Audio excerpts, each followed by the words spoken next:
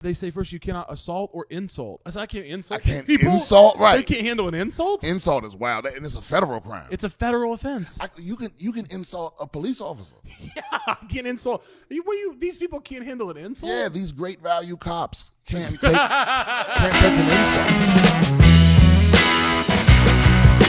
You used to live in LA, but you moved to Austin, Texas. I moved a couple years ago almost. Yeah. Do you love it down there? I love it. We were talking about it off mic. Yeah, Austin's cool, man. It's like I said, it was a good food city, good music scene. Yeah. The comedy scene's booming. The Mothership's great.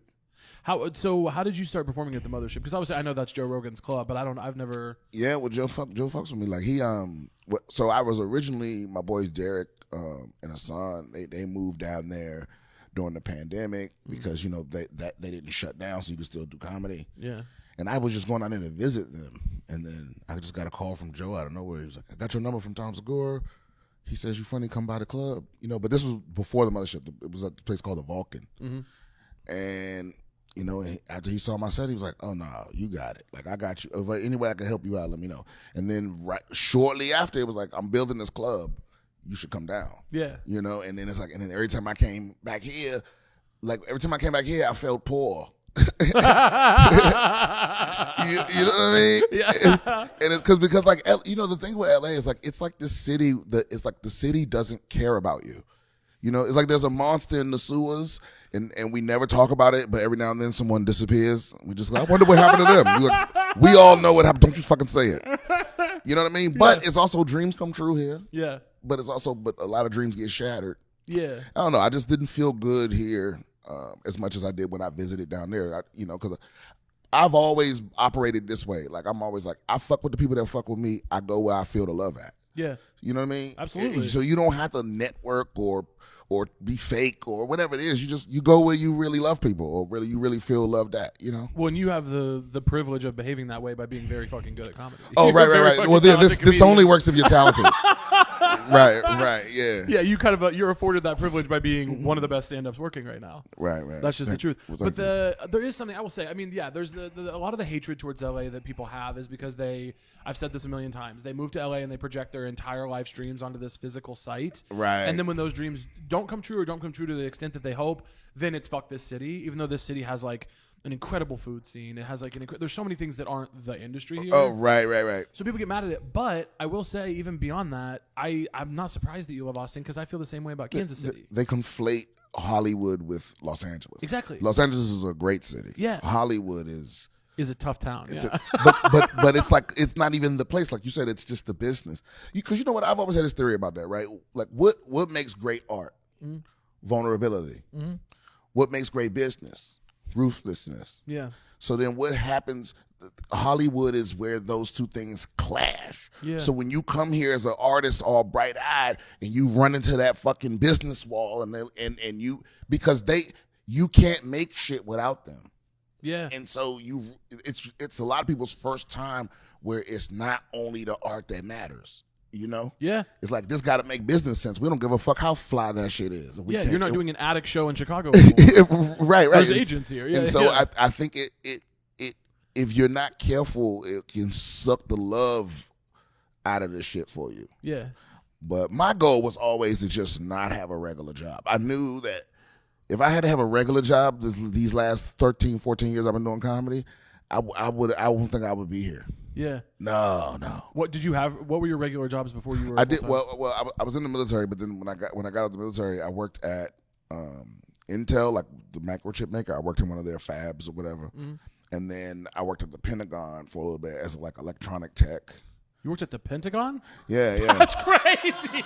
Because you were in the Marines. I was in the Marines. You were in the Marines. Then you worked at the Intel chip place. Right. And then you have like a movie villain arc of careers here. Right. That you went to work in like big tech and then you worked at the Pentagon? Yeah. Well, I mean, I was a contractor. Yeah. But yeah. That's crazy. So you were living in D.C.? I was living in D.C. I'm from there. Oh, I didn't know that. Yeah. So, are you from D.C. or? PG County, Maryland. Got you. Yeah. Maryland. So I did, but the thing is, and they were all great jobs, but I was just miserable. Yeah. Because it was like it didn't matter to me. Like what, because they make a lot of times they have a big long list of fucking requirements for a job. Yeah. And then you start doing a job and you're like, I could teach a 10-year-old how to do this. Yeah, 100%. You know, so it's like it doesn't. So it's like I'm replaceable. My job is, you know, all the times I was a bouncer, I would be, or a door guy, I'd be sitting there thinking they could replace me with a sign. It's like I was just trying to tell this motherfucker to buy a sign and he just won't do it. I'm like, you're paying me to stand here and go and point that way. Yeah. You know what I mean? And it just makes me feel so unfulfilled. It's like nothing I'm doing matters. Yeah, I can't decide if we need people who care more or less at the Pentagon. Like when you said you didn't care about the job, I'm like, I don't know if that's good or bad, but I'm glad you got out of there either way. No, because my whole job was just to wait until like I was let's just say I was monitoring all these rooms for like maintenance if they needed some maintenance or whatever. Yeah. And my job was like if I got the maintenance thing, I would see where it was happening and then I would call down the maintenance and be like, "It's some shit happening." You know what I mean? Something that like a light could have done. Yeah, like an Right. alarm system. Oh yeah, or the temperature is out of the damn. It's higher than it should be. Yeah. But that's not something I got to do anything about. I just got to inform the people that's going to do something about it. Yeah. And I was like, yeah, this is that forever. Nah, I can't do this forever. So you hated what you hated about those like a regular job was like not feeling useful at it. The thing I hated about regular like my like day jobs was the showing up on time. Hated that. That's still a part of this, but it's a little different. Right. And then also just the feeling like I like watching my P's and Q's, like being around other grown ass adults and feeling like I can't say a curse word. Right. At the job, like professionalism at the job place, I always was like, this is the stupidest fucking thing I have ever. We are all grown adults and no one is saying the truth. Right. That drove me fucking crazy. Yep, that's a big, huge part of it, and so I needed this. Like I know that I needed to do something like this. Yeah, and you just put out a special that you filmed at the Mothership. Yeah, it's Brian Simpson live at the Mothership on Netflix, or is it live from the Mothership? It's one of those. Yeah, it's at the Mothership and it's live. Yeah, that's what we know. and it's on Netflix right now. It was in the top 10 for a little bit. I know it was. You know? I said, Brian. I was like, get the fuck out of here.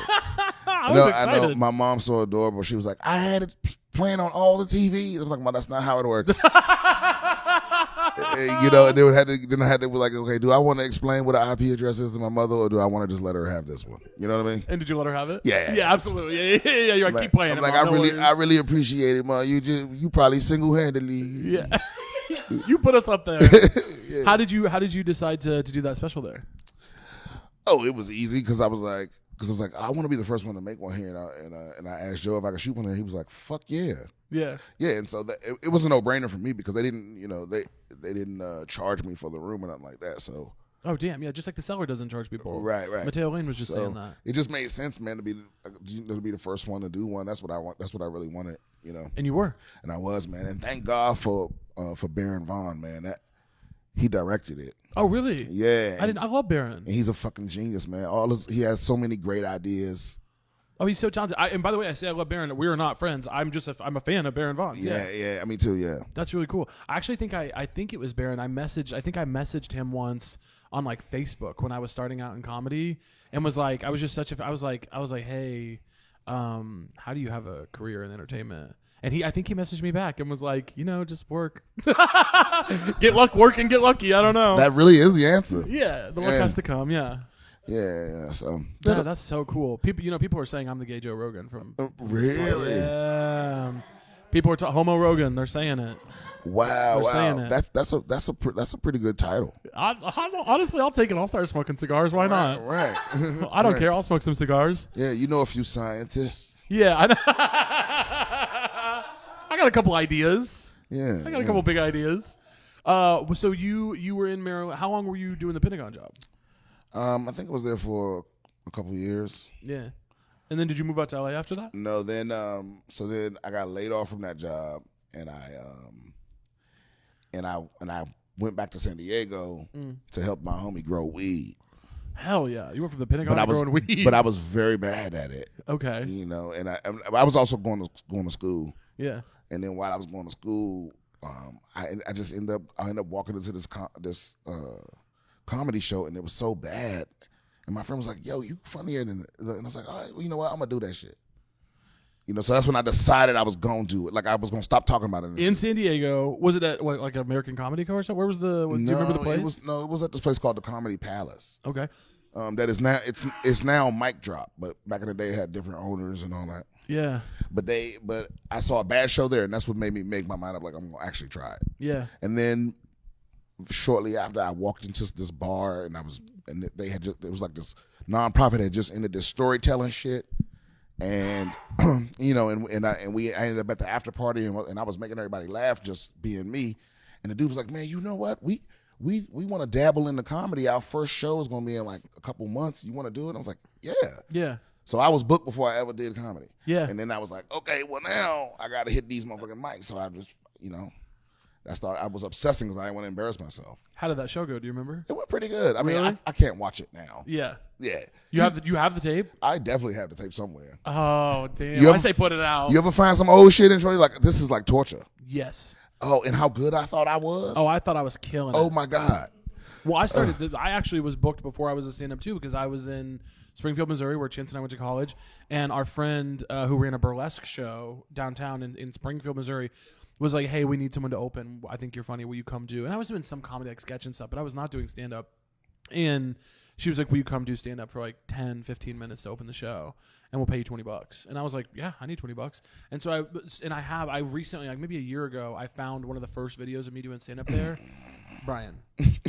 I thought at the time, I literally was like, you are a god. Like you've invented something new called stand-up. I literally thought no one has ever done it like this. And I watched that tape and I was like, this is some of the worst shit I've ever seen in my whole life. It was just me. My thing at the time is I was so political, and I'm obviously still political, but at the time I would just say a political opinion and think it was a joke. Oh man. I was just like 20, and I just get up there and be like, abortion should be legal.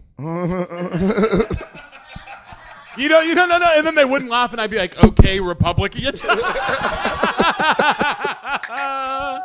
I truly, and I was like, I'm killing, dude. Right. And if they cheered, I thought that was good. I was like, if they cheered or clapped, I was like, that's better than laughter. That means they agree with me. I mean, it was crazy how bad I was. Oh yeah. It's so much I didn't know. Did you? So then you were in San Diego for a couple of years. Yeah. Then I was in San Diego for a couple of years. I was in San Diego for like 5 years actually. Oh wow. And then I moved up here, and I was living in a homeless shelter, but I simultaneously was a door guy at the Comedy Store. Yeah. So I was like in that little struggle. Yeah. The actual struggle was just getting the shelter to think my stand-up was legit enough where they counted it as a job. Yeah.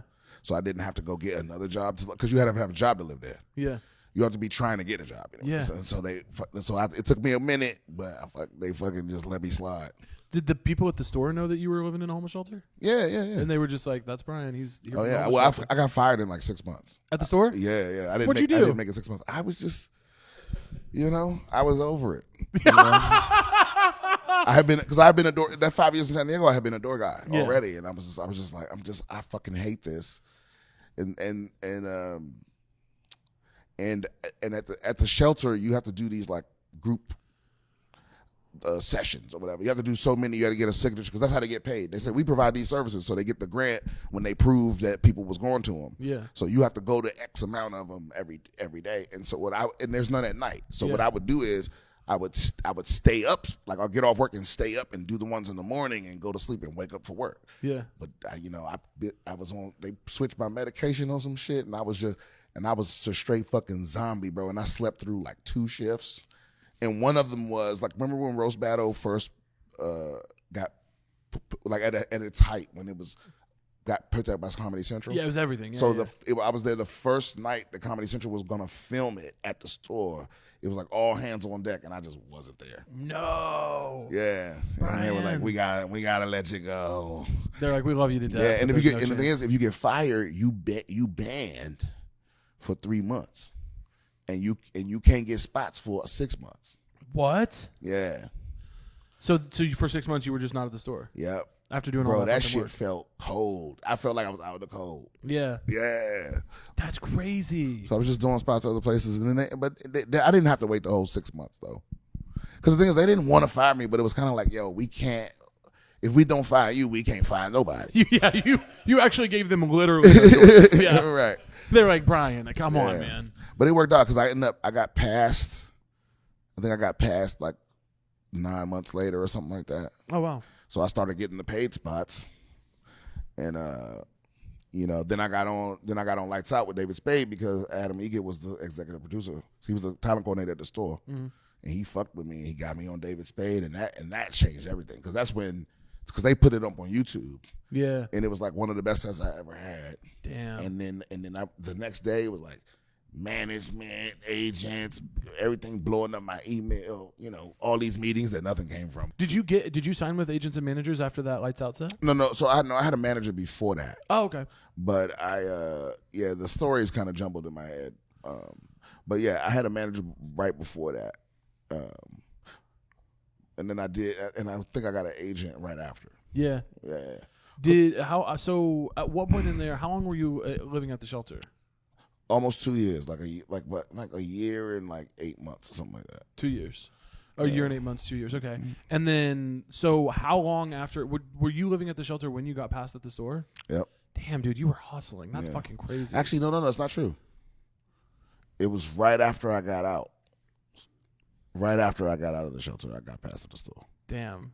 Yeah. Even still, that's fucking crazy. Yeah, that was awesome, man. That's sick. You were talking a little bit off mic before the show about like you love Austin so much, but if everything had gone the way it's going for you now in LA, maybe you would have liked LA. I think a lot about. Do you think happiness is a choice? Do we choose to be happy? Do we choose to be? I don't think you can choose an emotion. You don't think so? I mean, you can choose how you react to how you feel, but you can't choose how you feel. Yeah. Yeah, some people just miserable like it's in their genes. You know what I mean? Yeah. What do you have in your genes? Yeah, some people they come from a long line of miserable. Yeah, they're 7th generation miserable. Yeah. My fam, I come from a very like pragmatic family, just very exacting. Yeah. Not really. Maybe a bit of a revolutionary complex. I think I get that from my mama. Yeah. Like when I feel like it's injustice, like and I just can't let it slide. Yeah. You know? Yeah. You have to be in it. Right. And I gotta like overreact. Your mom's like that. It's like I'm about to do too much. Yeah. Like you hear about those people that are like they discovered that that the 32-ounce cola cups at Wendy's only hold 28 ounces and they're on a fucking rampage. Yeah. That's my mom. She wants justice. Right. She wants justice. She wants blood. Yeah. If you start fucking with us because you think we can't do nothing about it. Like I've lost so many jobs like that. Oh, you think I need this job? I do. But by the way, I do. Yeah, but I will stick your head in that oven. Yeah. Sabotaging yourself for pride. Right, yeah. Cutting off the nose despite the face. Exactly. Throwing out the baby with the bathwater. Exactly That's correct. my favorite one. Baby with the bathwater is a great one. Yeah. Does your family do a lot of? Do you have like older relatives that use a lot of those? Oh yeah. I've got devil in the details. The proof's in the pudding. It's gonna be some smoke in the city. Yeah. Yeah. It's about to be some furniture moving. Lipstick on a pig. Yeah. All that stuff. All that. Bless her heart. Yeah. Don't piss on me and tell me it's raining. You know an insult that my grandma used to say all the time that I haven't heard anyone say it in a long time. Heifer. Heifer. Oh my God. Heifer. That's an old school insult. Yeah, because a heifer is just is a cow that's only for milking. Yeah. Right? Or is it just a fat cow? I think so, right? I should know. I was on a cattle judging team once. But she would say, yeah. Yeah, she would say it with so much vitriol. You goddamn heifer, hussy. Hussy. I don't hear heifer or hussy anymore. We got to bring heifer back. Yeah. That's a really good one. That would be a name for an all-girl band. Heifer Hussy. Heifer Hussy would hit so fucking hard. Yeah, or maybe Hussy Heifer. Yeah. Oh, we'll think about it. Heifer, we do a focus group.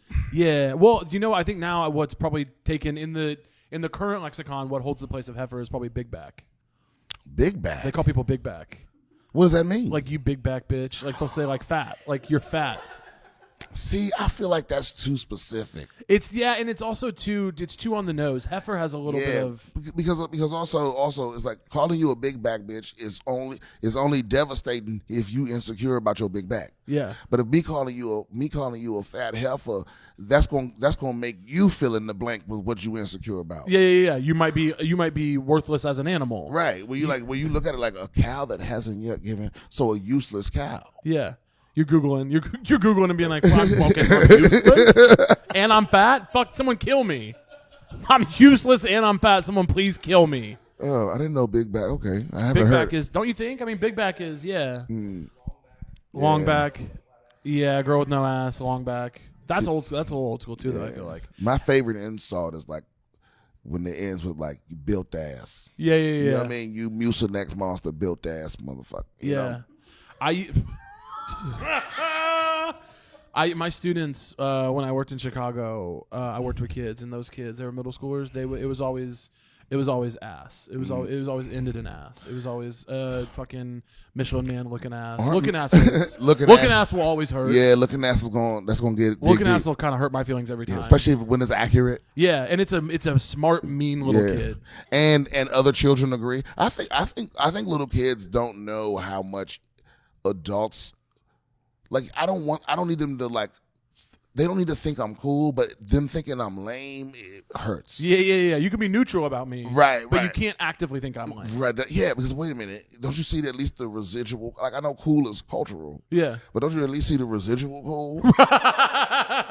Like, when I look back at the 70s, I still know who's cool in the movie. I know who's the cool person. You don't even see notes of cool in me. Right, exactly. You don't see a hint of cool. It's not a... Yeah. There's not a... It's not a... You actively think you think I have no cool. I'm lame as fuck to you. Right. Okay, wow. You think I've never wowed a crowd? You think nobody ever wanted to be like me? You think I've never... Come on now. So what? You think I've never lit up a room in a beautiful way?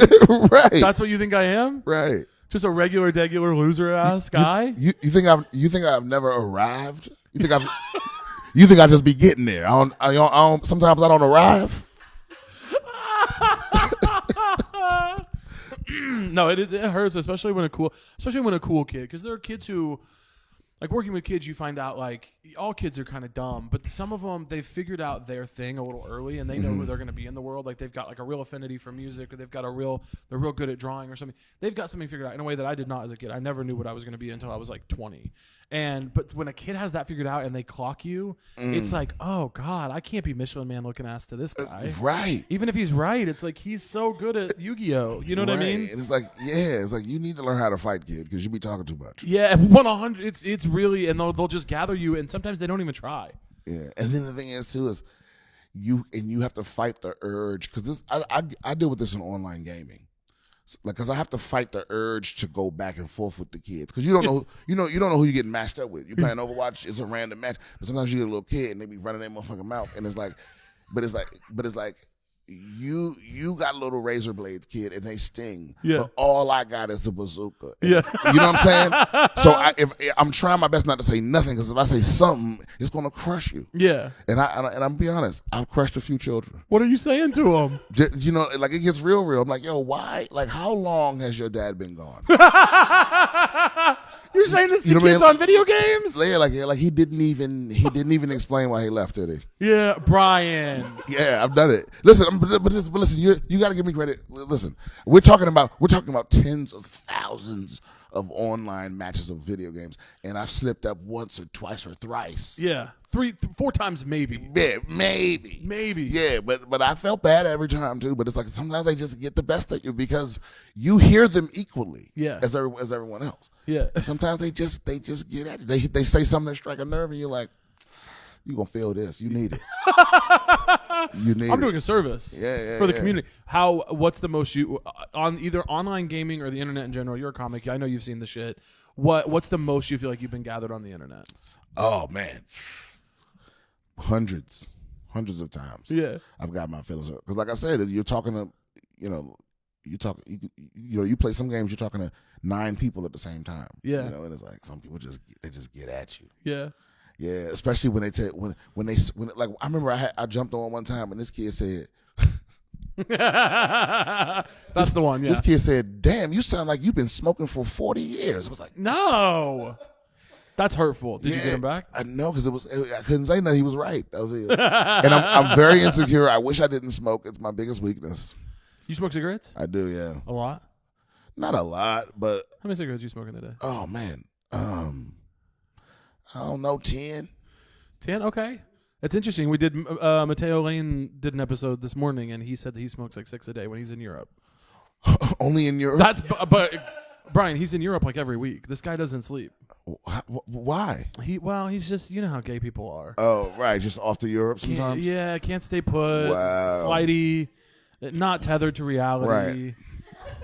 Gay people will just go to Europe sometimes. Yeah, but off to Europe, that's a different level of gay. That's like you have standing in the gay community. You better believe it. Yeah, if you off to Europe, you're head homo. Yes. Yeah. If you're off to Europe, and it's like, and you're not even buying the flights. You're just off points. People are hooking you up left and right. Yeah. There's an underground gay network, like an underground gay railroad. You think there's an underground gay railroad of like deals and discounts and. No, I would love to be a part of it. If so, y'all give me a call. Because I thought that's what I thought. Y'all, so y'all don't like if you working behind the counter and you hear a gay voice, you don't go, "I got you." So what you're asking me, and don't y'all dare come for Brian. He's a friend of the community. He's an ally. What you're telling me?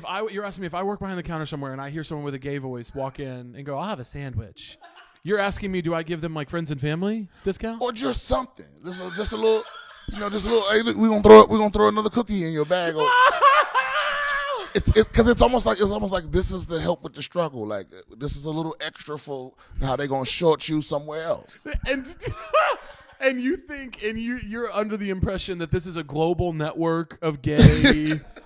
A global network of gay handouts. Well, since you put it like that, it sounds ridiculous. I'm not saying it's like a gay cabal thing. I'm not saying like y'all have an app where it's like you can see where the gays are. Well. Well,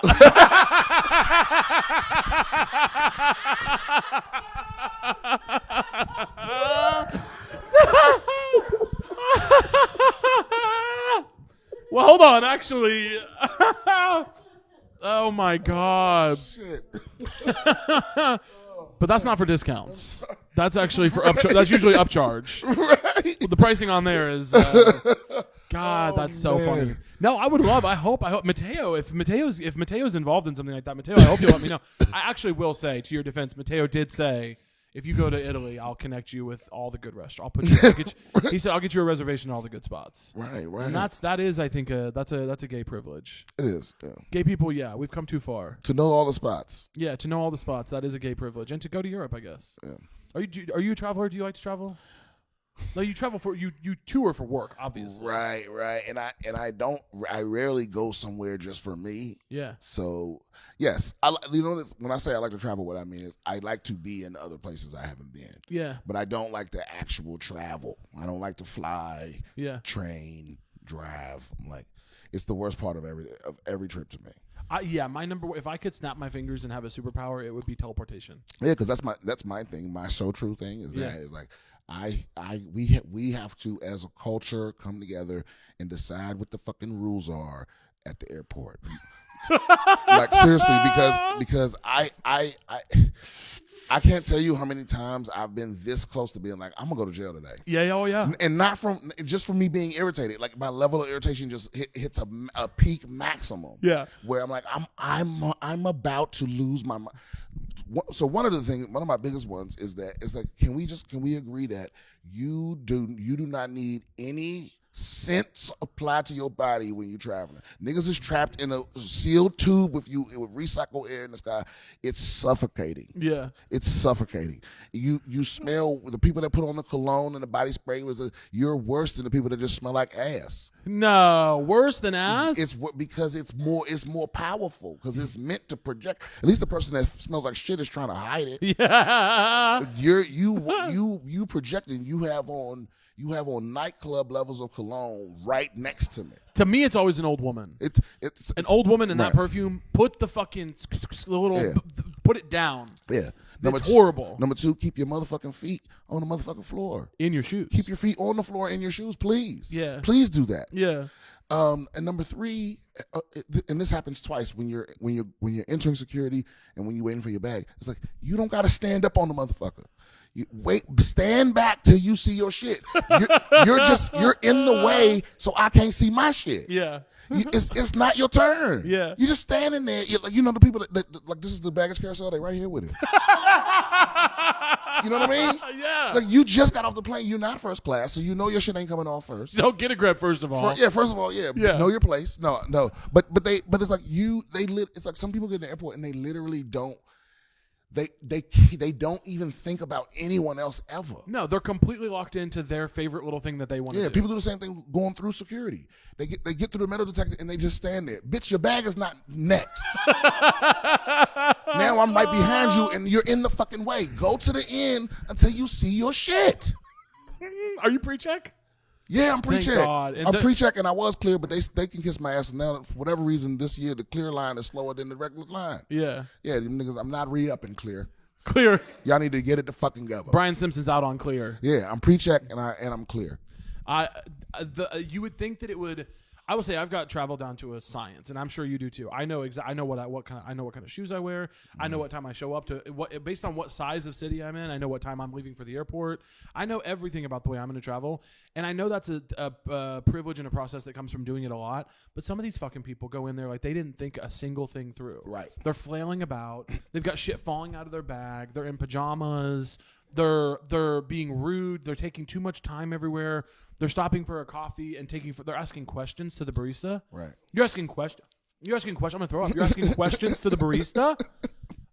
Know your fucking coffee order when you get up. People are getting on planes. Like it is, and they're letting anyone into the lounge now. Anyone. They're letting any old person in the lounge. These people get in there and act like and I don't think you can even say that actually. Bleep me saying that. They're acting goofy. No, yeah, I'll say it. I'll say it. Goofy's a good word. They're acting like silly geese in there. Yeah, and please, and you can't now. You're so many people in the lounge. You can't even touch the lounge food if you weren't there when they put it out. No. I mean, they just let anybody rifle through it. They're rifling through the cold cuts. Right. They're just shuffling it like a deck of cards. Right. It's like, yeah, it's a lot going on with the salamis lounge. are touched. And then the worst kind of person at the airport, the person that breaks the hierarchy and then acts like they didn't know. Excuse me, bitch, I pay extra money, so I get in this line right here. Yeah. You knew goddamn well that you weren't priority or whatever the high-ranking thing is for your airport. You know you not diamond medallion, bitch. You know what I'm saying? And you in the diamond medallion line so you can get to the front and go, oh, I didn't even know. Can you still help me anyway? No, bitch, she can help you after she helps me. You understand what I'm saying? Absolutely. Brian, I had a bad moment recently. I was flying. It was like 5 a.m. I was super tired. I had done a show the night before. I was going to a city to do another show, and a woman did this. They like to do this one too. They like to go.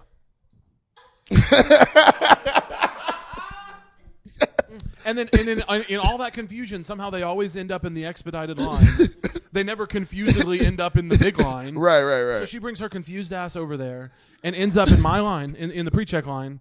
And I knew the way her eyes were affixed to the rafters. I said, "This is not a TSA pre-check bitch. No. I have seen a TSA pre-check bitch. I've been a TSA pre-check bitch my whole life. They walk with purpose in their eyes. The TSA pre-check is military. Right. We are and she confusedly walks into TSA pre-check right in front of me, and then we get up to the front, and they go, "Ma'am, you're not TSA pre-check. I'm sorry." And she goes, "Oh, can you just help me anyway?" And I'm excited because I'm thinking they're about to go, "No, bitch, go to regular. That's that long line." I'm hoping she'll miss her flight or something.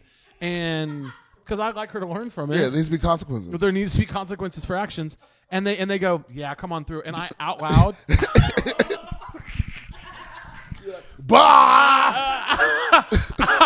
Brian, completely silent. They go, "Yeah, come on through." Out loud, I went, "Really?" Unbelievable.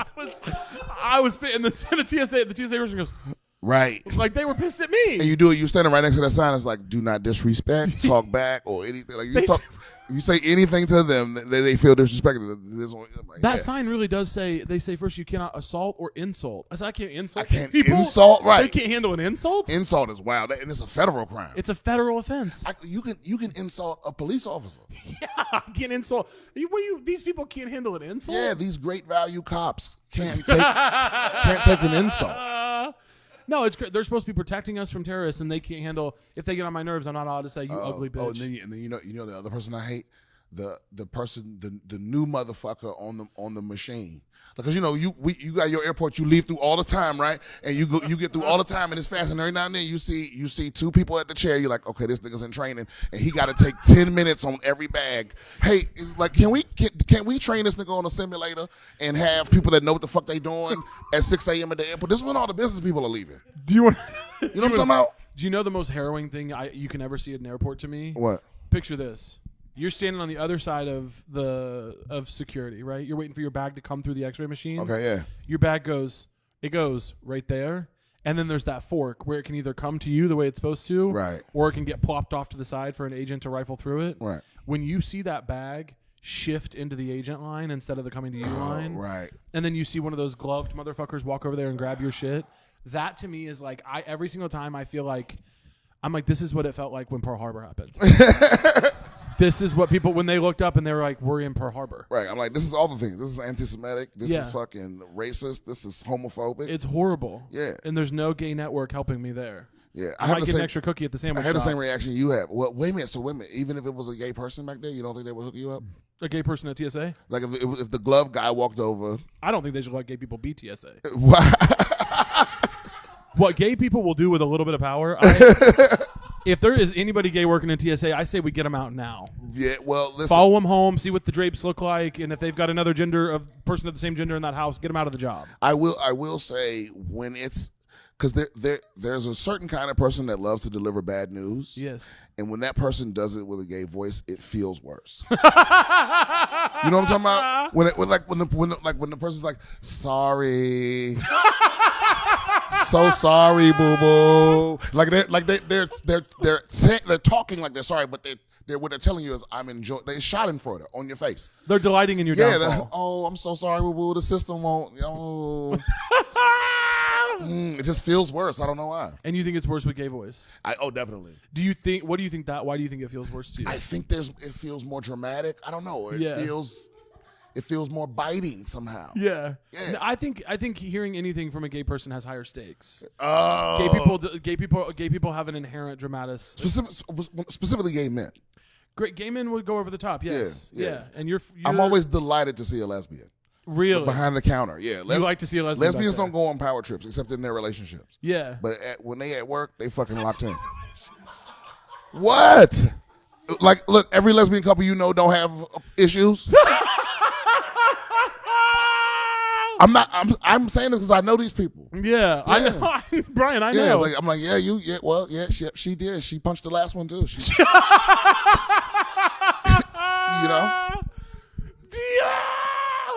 So you're pro-lesbians out in the workplace. Right. You're anti-gay men. You think, just so I can catch up on your gay beliefs on the episode, you think we have an underground network of discount codes. You think lesbians are domestic abusers, and you think gay men shouldn't get to work in customer service. Well, I think you said a couple of those. Yeah, I'm trying to bait you for sure.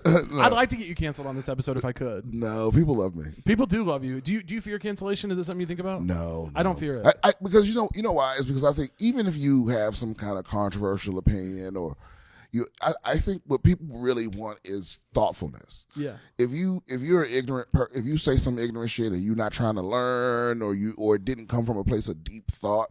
Because I mean that's how I talk about some heavy stuff in my comedy sometimes. But it's like if I'm talking about the shit, I'm not talking.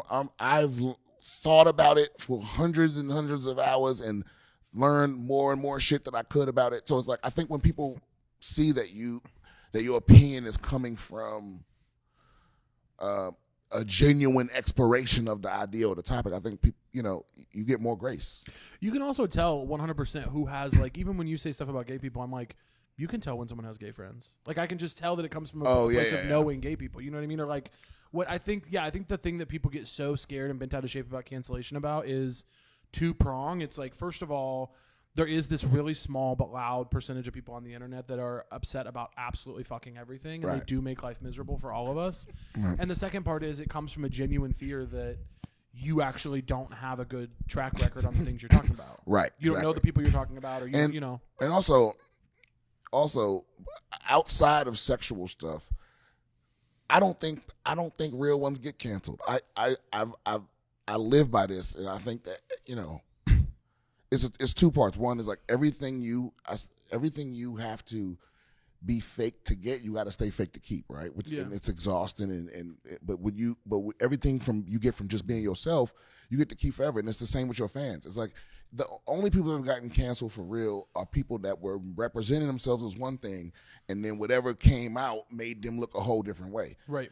You know, everybody that's been everyone that's been being a piece of shit the whole time, and then some piece of shit thing come out about them, they don't lose fans because those fans already knew you were a piece of shit. Yeah, they get to stay. Right. So it's like, my point is just, whatever you're really about, if you're just that, then what you've accumulated will always be yours. You can't really be canceled.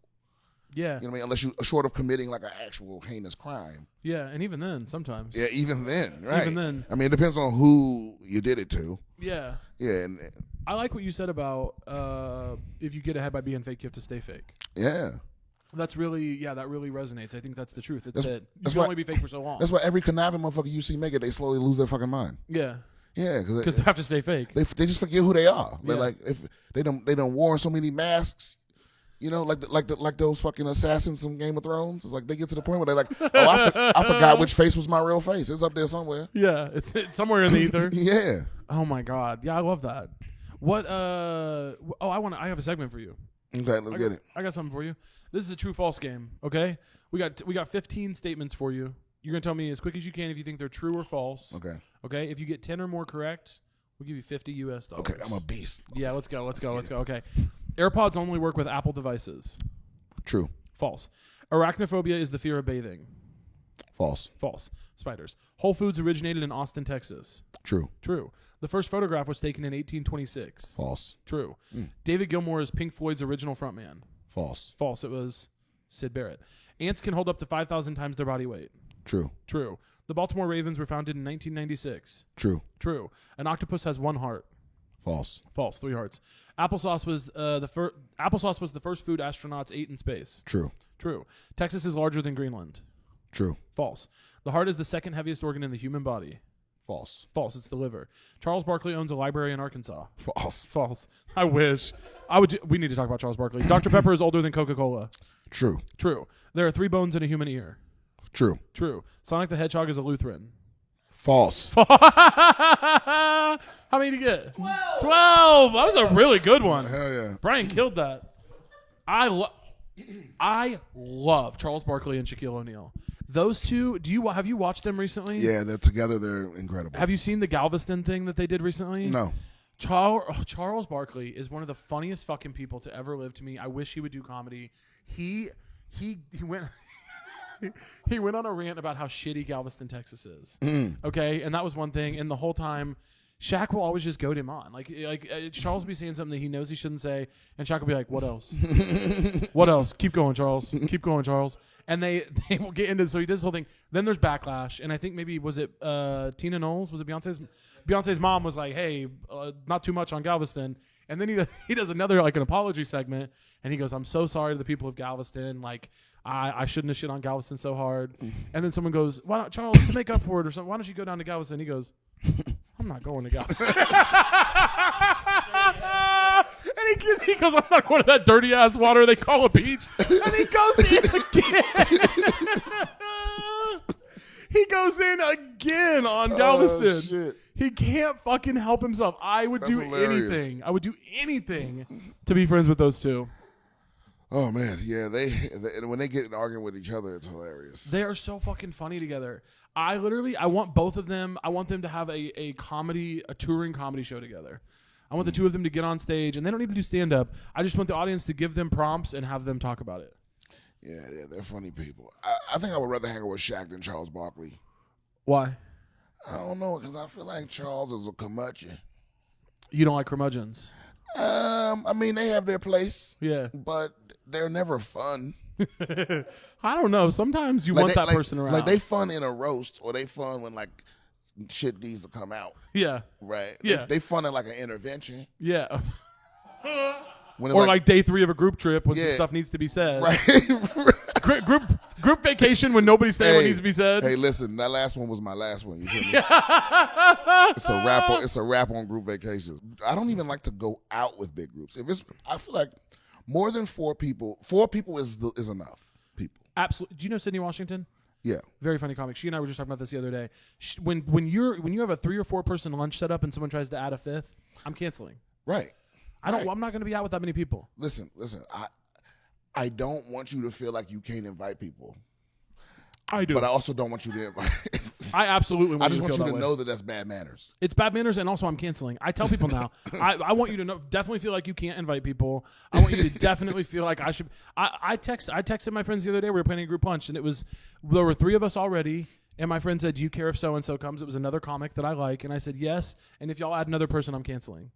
I can't. I'm not doing a 5 or 6 person dinner anymore. Right. Because now we waiting on too many people. We're waiting on too many people. They won't seat the full table because someone couldn't find parking because they didn't care to come early enough to do so. Mm-hmm. Now we're at the table. I can't hear the person at the end because it's gotten too big. One person doesn't eat meat, so we can't split that appetizer. I'm not having it.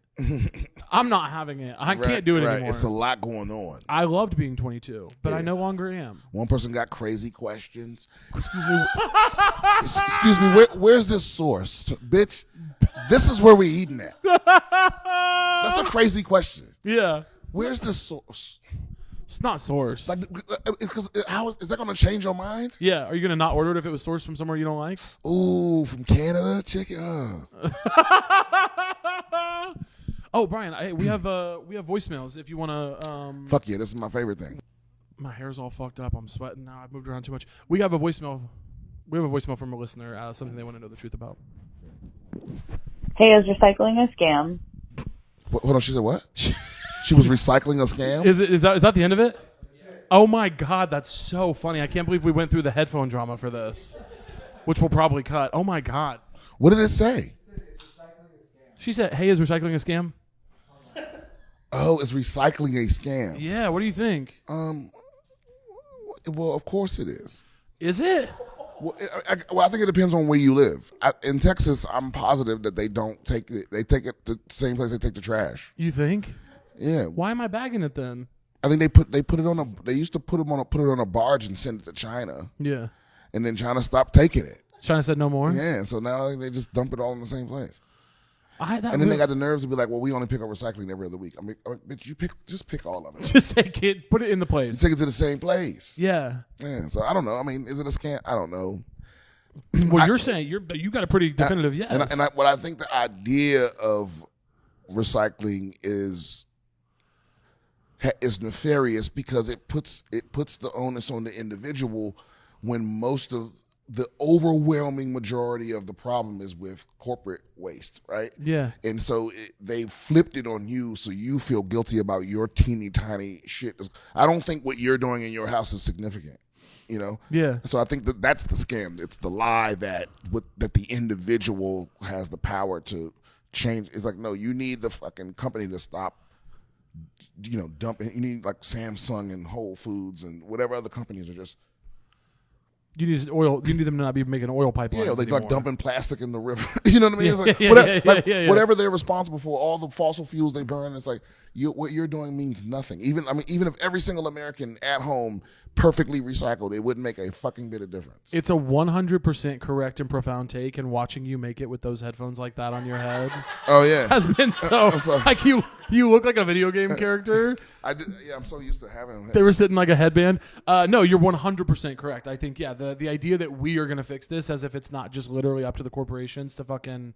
I mean, we need to kill some billionaires pretty soon, but I think it would be good, and I bet we'll have to bleep that. But I think what would be good for the world is if once a month we picked one billionaire and said, just at random, and said, we're going to kill you. Or like you don't get to stay a bit. Like we get to at least just watch you suffer. Yeah. Like that's your penance for staying a billionaire. Yeah. You have, for once a month, everyone has to visibly watch you suffer for a couple hours. Yeah, like in a humiliating kind of way. Right. Yeah, tarred and feathered I think would be a nice thing to bring back. I think that couldn't hurt. Well, that's a lot going on. We could bring back the boats. What's the boats? It's like this ancient torture technique where they would put you they would force feed you milk and honey, and then they would put you in a boat full of milk and honey, and they would put another boat on top of you like a canoe, and cut out holes for your legs and your arms to stick out, and then they would push you out onto a lake and just leave you there, and then eventually like all the bugs would slowly start just eating you little bit by bit, and yeah. And since you're and since you were force fed the milk and the honey, even by the time you start shitting your pants, it's all going to come out sweet smelling and shit smelling, which is going to attract every kind of bug, and it's eventually you're going to get eaten alive. That is fucking insane. Yeah. I've never heard of that in my life. Yeah, I think that's the worst way to die. But the boats. What was I've heard of that horrible thing where they put like they put a cage of rats on you, and then they drip hot wax, so the only way the rats have to get out is to chew through you. Oh, that's a thing. Yeah, but that's too fast.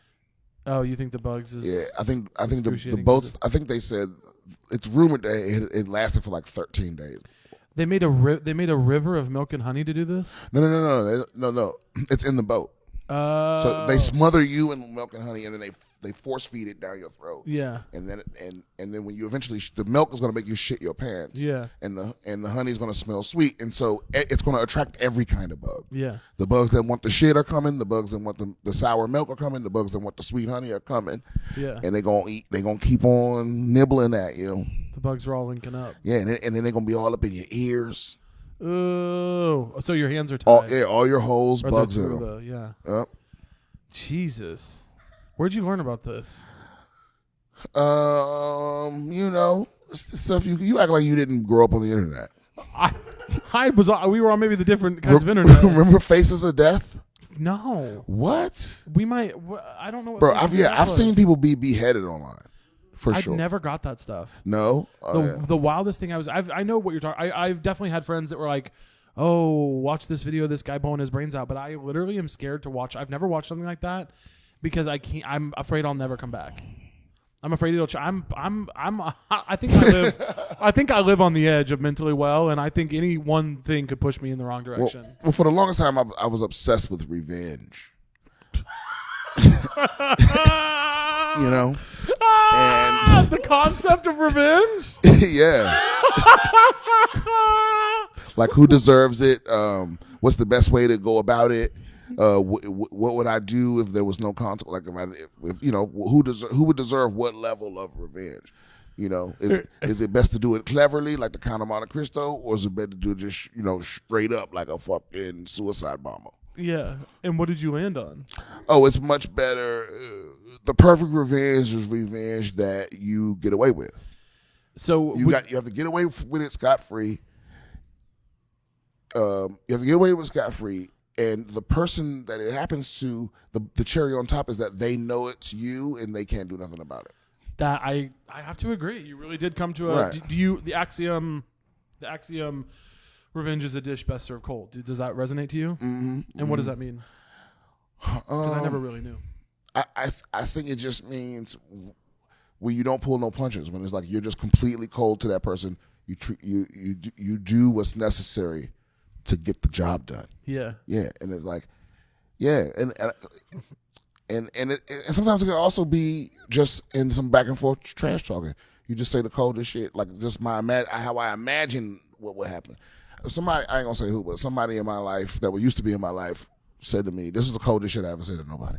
They said, I hope you die. And I said, without hesitation, I hope you live forever, bitch. Oh. Yeah. That's fucked up. That is a vengeful mind that you have. Yeah, exactly. Do you find yourself to be still a vengeful person? Well, no. I mean, not because like I said, I'm not gonna get revenge in any way that's gonna cost me something. Mm-hmm. So it's like, but if the opportunity ever came up, it's a couple people that deserve it. But I don't be sitting around dedicating my life to it. I don't have yarn between tacks on a board or nothing like that. But it all people, they deserve it. They deserve it. And if there was any way I could get away with it, it would have happened already. Yeah, but and so if the window comes, there's some Yeah, people that you but I'm would definitely serve. not. I'm not gonna go to prison because you a piece of shit. Yeah, No, I'm just gonna keep shining on your ass. yeah. Yeah, that's enough. That's a revenge in a Yeah, way. but I support. Listen, revenge is a poor man's justice. Yeah. So sometimes I'm not saying it's the best way to go about things, but you don't gotta forgive every motherfucking body. No, I don't think so. Nope. Some people deserve your hatred, Yeah. and they deserve it forever. And I don't even give a fuck if they sorry now. Well, some people campaign for your disdain. Some people really beg for you to not like them and then act surprised when you don't like them. Yep. I'm like, you begged. Yeah, you did. You wanted it. You were so shitty for so long, and now I hate you. And you're like, me? I'm like, yeah. Yeah, exactly. I don't think I'm a vengeful person, but I think I support revenge in some ways. It's hard. I have a really, I'm a very leftist person, and I think I struggle with the idea of punishment because there are very, I think, human parts of me that want people to be punished when they do bad, when they do horrible things. Right. But then I'm also like, punishment is not a very progressive value.